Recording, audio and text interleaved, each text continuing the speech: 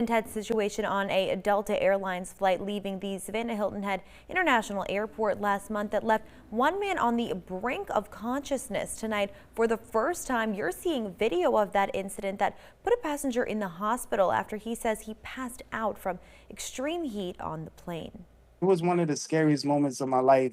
Arsenio Young was headed to Atlanta when he boarded a flight at the Savannah Hilton Head Airport on May 20th. But upon boarding the plane, he says he immediately noticed a glaring problem. I asked the flight attendant, May I have some water?" Like, she knew it was hot. He knew it was hot. They was dripping and dripping in sweat. One of the flight attendants said the AC is down, but you say it would cool off once we get in the air. Except that never happened because Young says the plane sat on the runway for almost an hour. 55 minutes just sitting in the heat. My body just went down, sweating.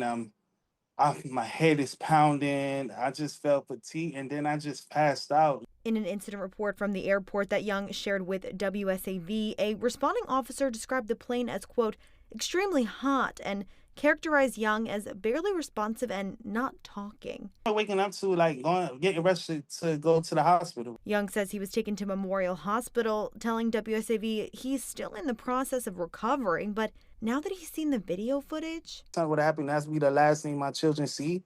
Me getting rolled out like that, like that's uncomfortable and dysfunctional for anybody to see. That's heartbreaking. when asked whether Delta contacted him following the incident, Young said they had, but only once, asking for documentation of his medical treatment. I believe actions more than I believe words, and they have not really followed up on any of their actions, what they said they was going to do. It never happened, and Delta got to do better.